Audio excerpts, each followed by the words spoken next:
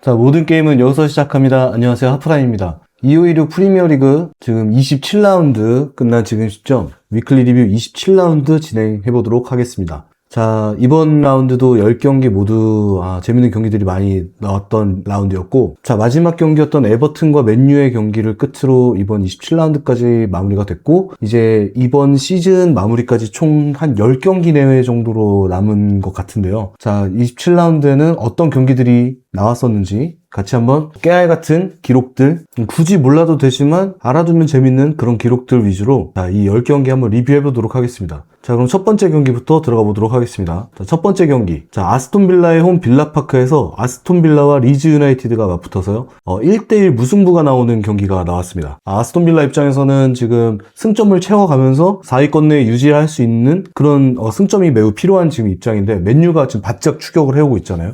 그런 상황에서 리즈 유나이티드를 상대로 승점 1점만을 가져갈 수밖에 없었던 그런 경기였어요. 자, 안톤 슈타흐, 리즈의 안톤 슈타흐 선수가 시즌 세 번째 프리킥 골을 기록하면서 이 선제골을 기록을 했었는데, 자, 이 프리킥 골이 리즈 선수 중 한 시즌 동안 프리킥으로 가장 많은 골을 넣었던 선수가 이제 0001 시즌에 이안 하트 선수가 4골을 기록했던 기록이 있는데, 지금 이제 이 안톤 슈타흐 선수 같은 경우에는 한 골만 더 프리킥 골을 기록한다면은 이안 하트 선수와 타이 기록을 만들 수 있는 그런 시즌입니다. 그리고 이번 시즌에 슈타흐보다 페널티 지역 밖에서 더 많은 득점을 기록한 선수는 지금 맨시티에서 활약하고 있는 안투안 세메뇨 선수가 기록한 4골. 자, 세메뇨 선수밖에 없고, 자, 이날 이제 그 극적인 동점골을 만들었던 아스톤 빌라로 다시 돌아온 타미 에이브러햄. 자, 로마로 이적한 후에 그 밀란과 베식타스를 거쳐서 5시즌 만에 다시 아스톤 빌라로 돌아오게 되었는데, 자, 이날 경기에서 이제 극적인 동점골이자 리그 복귀 첫 골을 기록하는 데 성공을 했습니다. 자, 이 골은 빌라가 이번 시즌 득점한 코너킥으로 넣은 9번째 골이고, 지금 이번 시즌 동안 아스날과 토트넘만이 아스톤 빌라보다 코너킥 득점에서 더 많은 골을 기록하고 있습니다.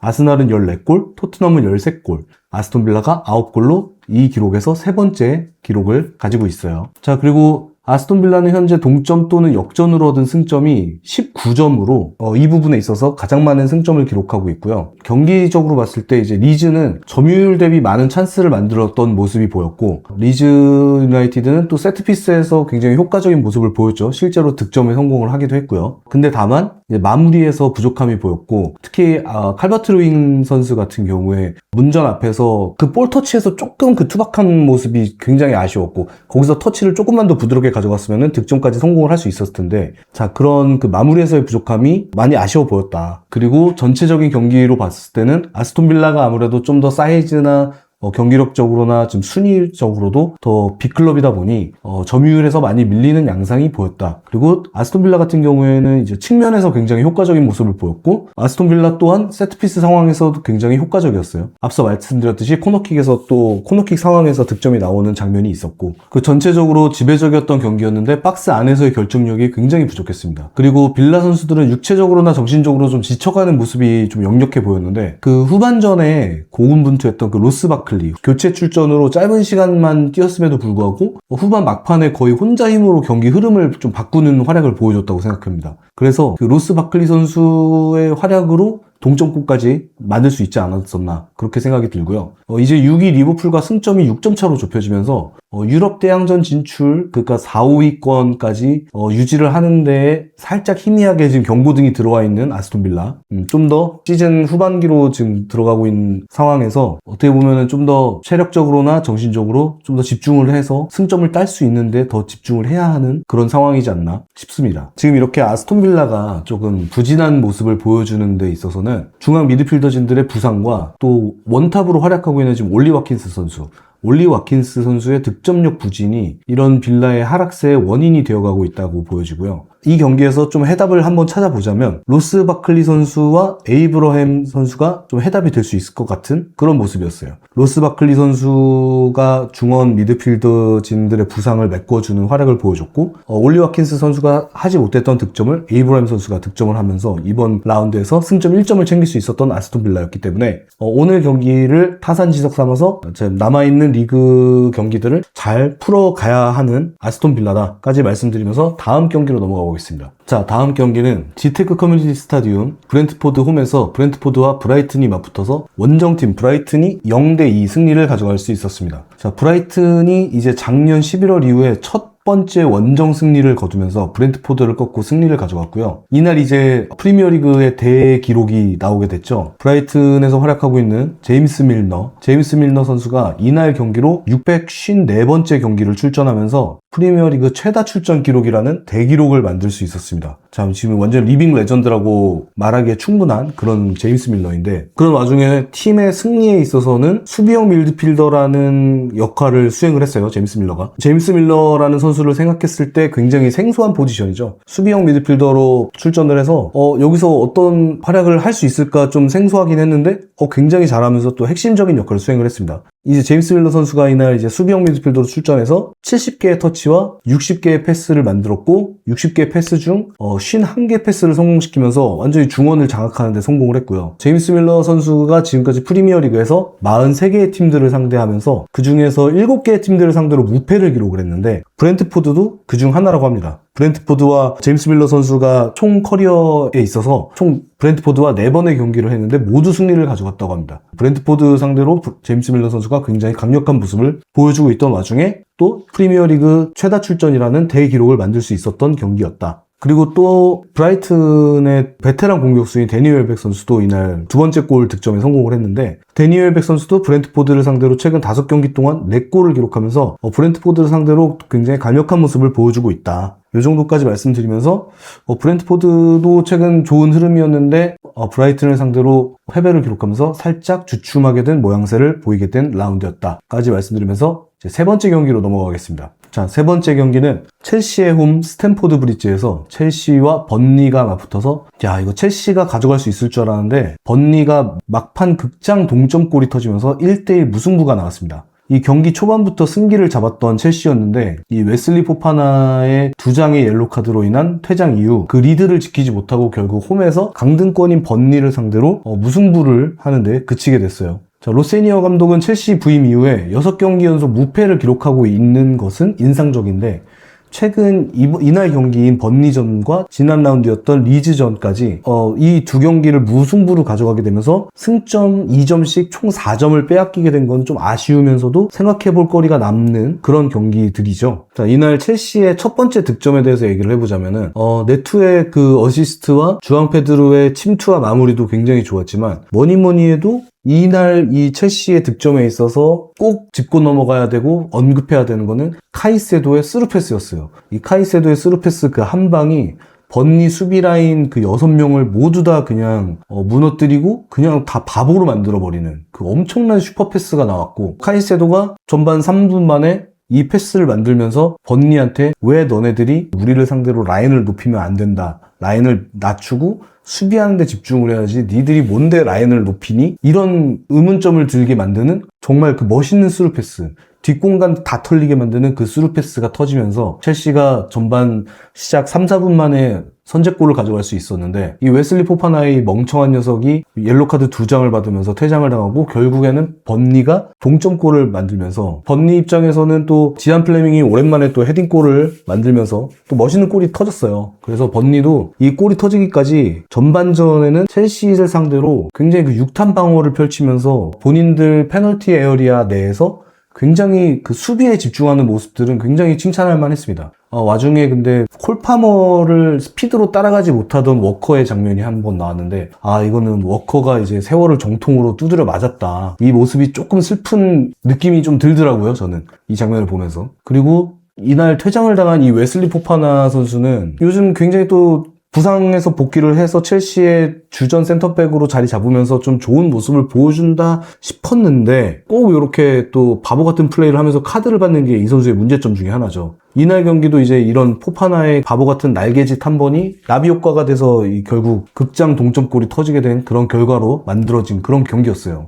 이날 포파나 퇴장으로 첼시는 이번 시즌 리그에서만 6번, 공식 대회에서는 총 8번의 퇴장을 기록을 했는데 이제 한 번만 더 퇴장 기록을 만든다면 첼시는 15-16 시즌 웨스트햄이 9번 퇴장을 당했었는데 이 한 시즌 동안 이게 최다 퇴장 기록인데 이 기록과 타이 기록을 세우게 됩니다. 그만큼 지금 첼시가 이번 시즌 카드 컨트롤이 안 되고 카드를 많이 받는 문제와 동점골이나 역전골을 당하면서 승점을 잃어버리는 이 말이 나와서 말씀을 다시 드리는데 첼시는 이번 시즌 홈에서 승리할 수 있던 상황에서 놓친 승점만 총 17점입니다. 그래서 이렇게 승점을 놓치는 것, 카드 컨트롤이 안 되는 것, 이게 다 지금 너무 첼시의 선수단이 어리고 젊기 때문이라고 그런 생각이 들고 이거는 제 생각뿐만이 아니라 현지 기사들이나 이런 걸 볼 때도 첼시의 문제는 베테랑 선수가 부족하다 이런 얘기들이 많이 나오고 있는데 이 로세니어 감독이 이런 문제에 있어서 해결 방안을 찾아야 되는데 그래서 경험이 풍부한 베테랑 선수들을 사용하는 게 이 많은 사람들이 말하는 데는 그만한 이유가 있을 것이고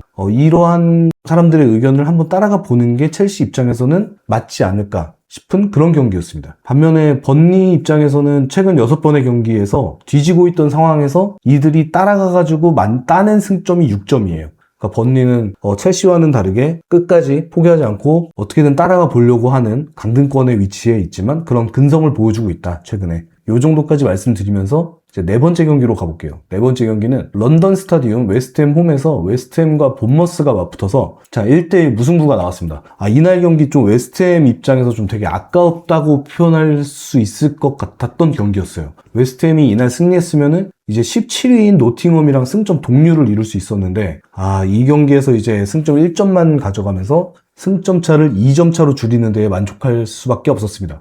그리고 이날 이제 본머스에 이번 겨울 이적 시장을 통해서 영입한 하양 선수라고 하죠. 브라질의 신성 하양. 이 선수가 그 드리블 돌파를 다 하고 나서 그 골대 맞췄던 장면을 보면은 이거 새로운 브라질리언 스타의 탄생이지 않을까 싶은 그런 예고편 같은 장면이었는데 이 하양 선수 조만간 한두 시즌 내에 좀 B클럽에서 좀 노려봄직한 그런 선수로 성장할 수 있을 것 같은 제목인 것 같아요. 그래서 사실 본머스 입장에서는 이날 이 하양 선수의 이 장면 말고는 딱히 그렇게 인상적이었다라고 말씀드릴 수 있을 만한 장면은 없었던 것 같고 웨스트햄은 이날 경기에서 이제 20개의 슈팅을 기록을 했는데 이번 시즌 최다 슈팅 기록이라고 합니다. 게다가 이 기대 득점값 XG 값도 2.82라는 높은 수치를 기록을 했는데 이런 골리스드로 무득점 경기에서 나온 최대 XG 값 수치라고 해요. 그러니까 웨스트햄 입장에서는 이만큼 기대 득점값이 높았는데도 득점을 못했다라는 것을 봤을 때 이들이 어느 정도 공격 상황에 있어서 집중력을 발휘해야 할 때 발휘하지 못한 게 굉장히 아쉽게 느낄 수 있는 그런 경기였습니다.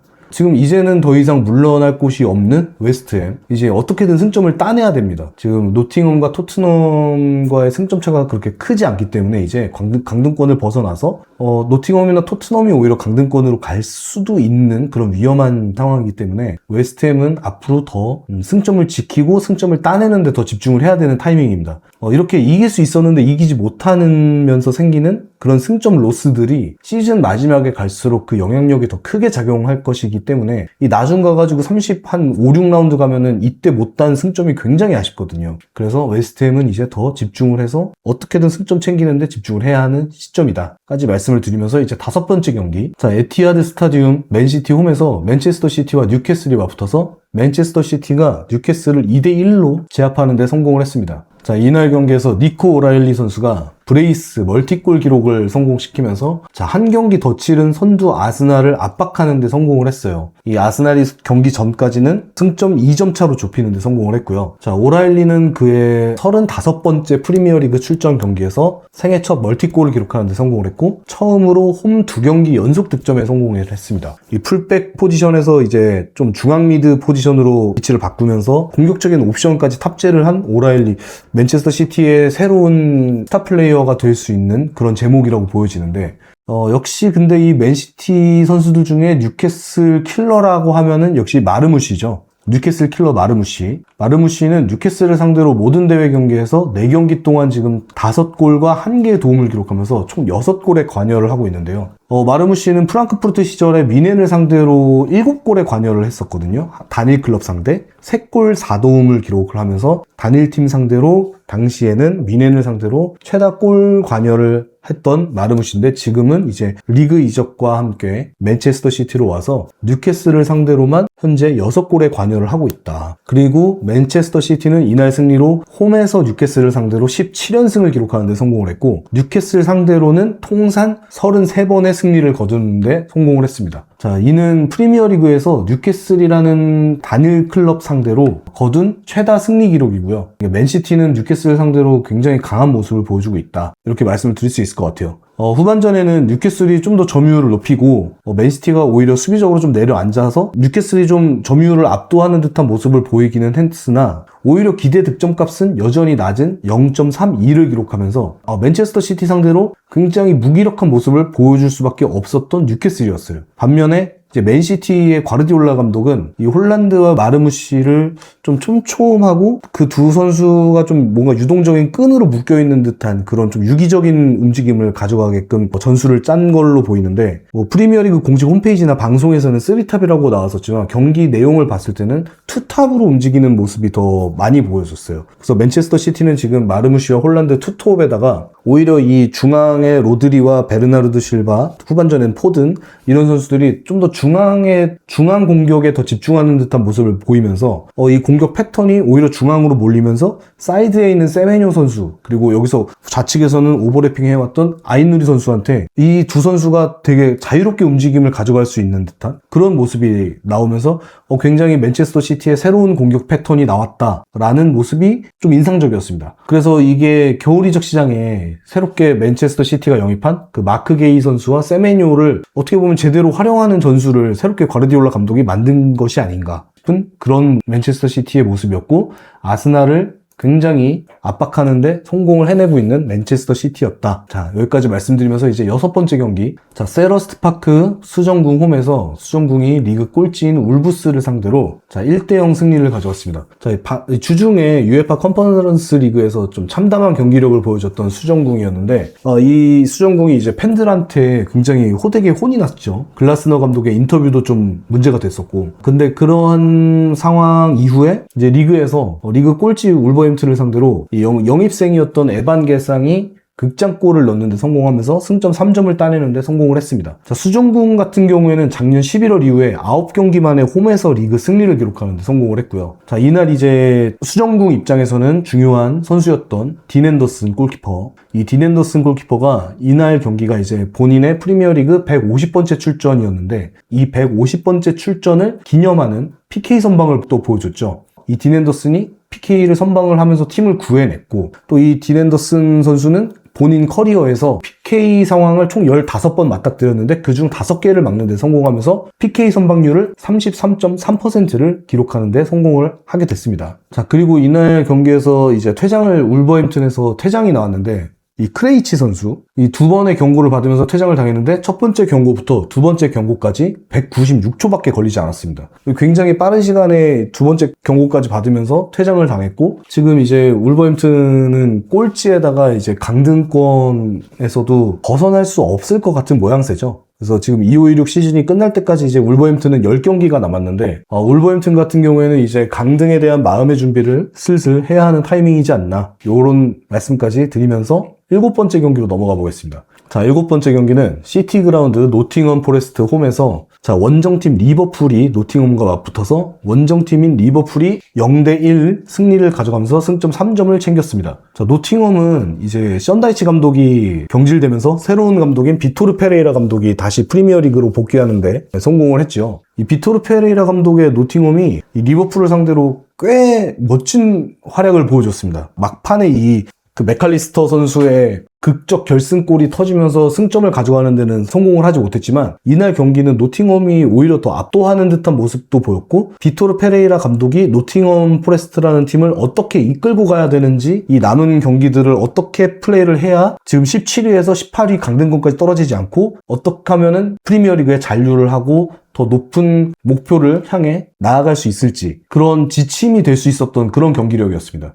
노팅엄은 측면으로 공격을 집중시키면서 리버풀을 공략을 하려 했고요. 전반전에만 12개의 슈팅을 기록하면서 굉장히 리버풀을 압도하는 모습을 보여줬는데 그 전반전에 그 정도로 압도를 했으면 빠르게 결정력을 보여주면서 골까지 넣어서 딱 경기를 종결 지었어야 됐는데 노팅엄 포레스트 입장에서는 그 결정력이 부족하다라는 그 뼈아픈 그 약점이 노출이 됐고 오히려 행운은 원정팀 리버풀에게 행운이 더 따랐던 그런 경기였습니다. 그래서 리버풀이 승점 3점을 챙길 수 있었고 리버풀 같은 경우에는 이제 승점 45점을 기록하면서 4위 맨체스터 유나이티드와 승점 3점 차를 계속 유지할 수 있었던 그런 경기였습니다. 자, 여기까지 말씀드리면서 이제 8번째 경기로 넘어가 볼게요. 자, 스타디움 오브 라이트 썬덜랜드 홈에서 썬덜랜드가 그 지난 라운드 리버풀에게 홈에서 첫 패배를 기록한 후에 홈에서는 2연패, 좀 리그에서는 총 3연패를 기록하면서 원정팀 풀럼에게 1대3 패배를 당했습니다. 이 홈에서 진짜 무패를 기록하고 강세를 보였던 썬덜랜드였는데 최근 이제 홈에서만 2연패를 기록하게 되면서 어찌 보면은 이 중위권 싸움에서 썬덜랜드가 꽤 강세를 보였던 시즌이기도 했는데 점점 이 풀럼이라는 팀이 오히려 중위권 싸움에서는 최고 강팀의 모습을 보여주고 있지 않나. 이 시즌의 후반으로 갈수록 풀럼이라는 팀이 더 강세를 보여주고 있습니다. 풀럼은 중위권에서 가장 강력한 공격력을 보여주고 있는 팀인데요. 유럽 대항전 진출권에 대한 희망이 조금씩 보이기 시작하죠. 풀럼은 지금 리그 10위에 랭크되어 있고 승점 37점으로 브렌트포드와는 승점이 3점 차밖에 나지 않고 그래서 좀만 더 이 공격진들의 활약에 힘입어서 풀럼이 더 좋은 활약을 리그 후반기에 보여줄 수 있다면은 유럽 대항전 진출이 마냥 꿈같은 얘기만은 아니다. 그리고 이날 굉장히 좋은 활약을 보여줬던 풀럼의 이워비 선수 수비형 미드필더로 이번 시즌 활약을 하고 있죠. 그 나이지리아의 이워비 선수, 아스날에서도 활약을 했던 이 이워비 선수가 이날 중요한 역할을 수행하면서 1골 1도움을 기록하고 또 3개의 찬스 메이킹까지 기록을 했던 굉장히 맹활약을 했었는데 그리고 또 이 이워비 선수의 활약과 더불어서 지금 2선에서 완전히 훨훨 날고 있는 해리 윌슨도 빠질 수가 없습니다. 11월부터 지금까지 해리 윌슨보다 많은 공격 포인트를 기록하고 있는 선수는 맨체스터 시티의 홀란드와 맨체스터 유나이티드의 브루노 페르난데스 밖에 없어요. 지금 해리 윌슨은 11월 이후에 7골과 5개의 도움을 기록하면서 굉장히 풀럼에서 에이스적인 활약을 보여주고 있다. 그러면서 썬덜랜드를 상대로 원정팀 풀럼이 승리를 거두면서 승점 3점을 챙겨 유럽 진출권을 계속 문을 두드려보고 있는 상황이다 까지 말씀을 드리면서 다음 이번 라운드 가장 큰 매치였죠. 자, 북런던 더비가 있었습니다. 토트넘과 아스날 경기였고요. 자, 토트넘 하스퍼 스타디움 토트넘 홈에서 원정팀 아스날이 1대4 대승을 거둘 수 있었습니다. 자, 에베레치 에제와 빅토르 요케레스가 각각 2골씩을 터뜨리면서 자, 아스날은 이고르 트도르 감독 체제로 첫 경기를 펼쳤던 토트넘을 상대로 3골차 승리를 가져가면서 대파를 했고 프리미어리그 선두 자리를 5점 차로 다시 되찾는데 성공을 했습니다.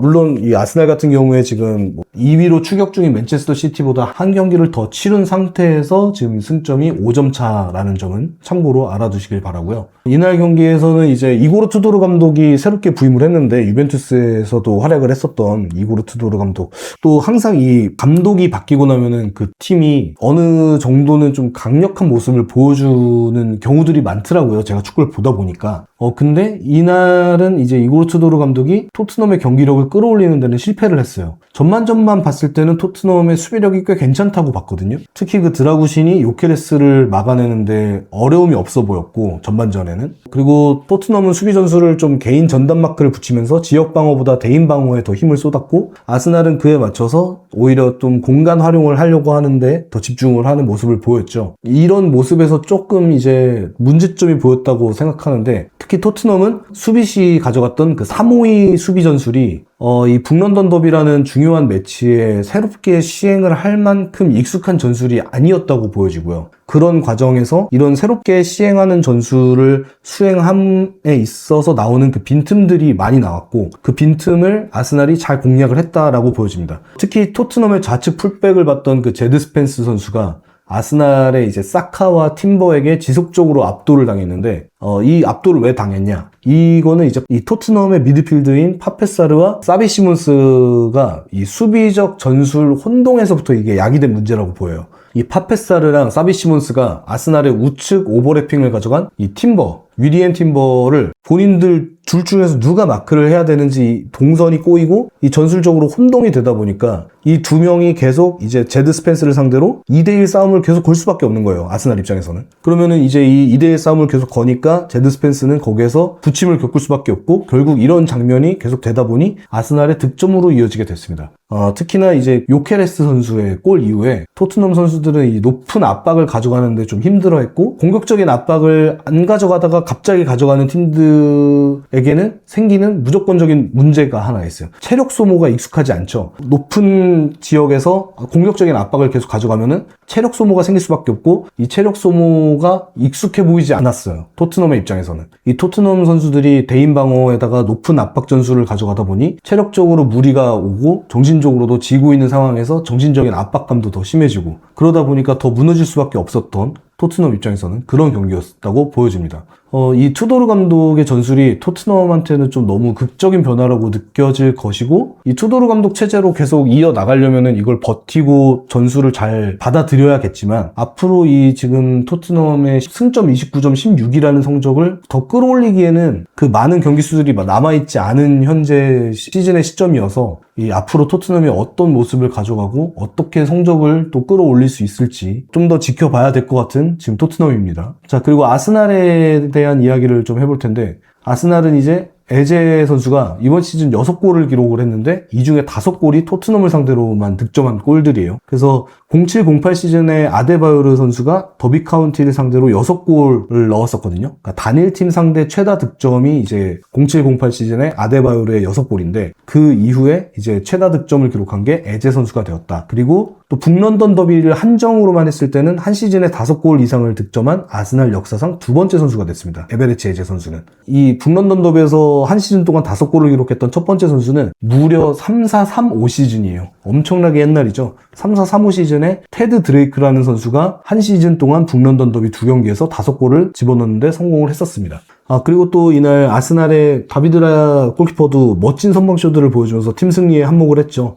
클린시트를 기록을 하지는 못했는데 전반전에 데클란 라이스 선수가 좀 인간미를 보여주는 그런 실수가 나와서 실점을 하긴 했지만 아스날의 다비드라 골키퍼도 진짜 엄청나게 멋진 선방들을 많이 보여주면서 현재 프리미어리그의 탑 클래스 골키퍼라고 말하기에 부족함이 없다. 라는 모습이었습니다. 그리고 이제 토트넘의 콜로무아니가 토트넘의 공격진들 중에서는 이제 가장 날이 서 있는 모습이었는데 이 콜로무아니 선수의 그 골이 취소되었던 장면이 있는데 이게 토트넘 팬분들한테는 어떻게 보면 좀 억울할 수 있는 장면이라고 생각해요. 같은 상황에서도 어떤 요런 장면에서는 골이 인정이 되는 장면이 있고 또 이번 경기, 이번 라운드 이 경기 같은 경우에는 또 이게 골이 취소가 돼버리니까 이게 지금 프리미어리그라는 어떻게 보면 전 세계 최고 수준의 리그라고 말할 수 있는데 이런 리그에서의 판정이 있어서 이런 좀 일관성이 있어야 되는 그런 퀄리티 있는 판정들이 좀 나와야 되지 않을까 싶은 이날 이 콜로무아니 선수의 골이 인정이 됐다면 이 결과가 어떻게 바뀌었을지 모르는 거거든요. 그래서 토트넘 입장에서는 좀 아쉬운 판정이지 않았을까 싶은 그런 경기였습니다. 자, 이 토트넘은 이제 강등권이랑 승점이 4점 차밖에 나지 않게 됐습니다. 이제 토트넘은 정말 이 감독까지 바꾸는 강수를 쓰면서 어떻게든 지금 반등을 이뤄내야 되는 시점인데 토트넘이 앞으로 남은 시즌을 어떻게 잘 이끌어 나갈 수 있을지 한번 지켜봐야 될 것 같은 그런 경기였습니다. 자, 그리고 이제 마지막 경기 오늘 새벽에 있었던 10번째 경기로 넘어가 보겠습니다. 자, 10번째 경기 힐 디킨슨 스타디움 에버튼 홈에서 원정팀인 맨체스터 유나이티드와 경기를 가졌고 자, 원정팀인 맨체스터 유나이티드가 한 골을 집어넣는데 성공하면서 0대1 승리를 가져갔습니다. 자, 이날 이제 슈퍼 서브로 거듭나고 있죠. 베냐민 셰슈코. 이 베냐민 셰슈코 선수가 후반 교체 투입돼서 결승골을 넣는데 성공을 했고 그러면서 맨유가 승리를 거두면서 프리미어리그 4위권에 다시 복귀를 했습니다. 자, 이 마이클 캐릭 임시 감독이 맨유에 부임한 이후에 6경기에서 지금 5승 1무를 기록하고 있으면서 굉장히 지금 이 마이클 캐릭 감독이 맨체스터 유나이티드라는 팀을 다시 챔피언스 리그로 이끌어 가는데 성공적인 모습을 보여주고 있어요. 맨유는 지금 리그 10경기에서는 무패 행진 중에 있고요. 그중 6경기가 이제 캐릭 감독이 온 후에 치러진 경기죠. 그리고 3위인 아스톤 빌라와는 승점 3점 차까지 좁혀졌습니다. 특히나 이번 경기에서 나왔던 셰슈코 선수의 득점 장면. 이 셰슈코 선수의 득점 장면에서는 지난 여름 이적 시장에 거액을 투입하면서 맨체스터 유나이티드가 영입한 이적생 3명이서 딱 그 쿠냐가 찔러준 거를 은베모가 몰고 올라가서 그거를 엄청난 스피드를 보여줬던 그 셰슈코 선수에게 연결해주고 셰슈코 선수가 그거를 부드럽게 인사이드로 감아차면서 득점에 성공하는 이 이적생 3명이서 만들어낸 굉장히 아름다운 골이었고 이 이적생 3명을 굉장히 잘 영입을 해왔다라는 그런 결과가 빛이 났던 그런 득점 장면이었고 그런 경기였습니다. 결국 승점 3점을 가져가는 데 성공을 한 맨체스터 유나이티드였고 특히나 이 셰슈코 선수 같은 경우에는 최근 7경기에서 6골을 기록하는 놀라운 퍼포먼스를 보여주고 있어요, 지금. 그리고 이번 시즌 프리미어리그에서 교체 선수로 출전해서 3골을 기록하고 있는데 이는 교체로 들어온 선수들이 3골을 기록한 선수들이 꽤 많은데 그 선수들이랑 지금 타이 기록이고 교체로 1골만 더 기록하면은 이제 교체 선수로 출전해서 최고 많은 득점을 성공하는 그런 선수로 기록까지 만들 수 있는 지금 베냐민 셰슈코 선수의 활약입니다.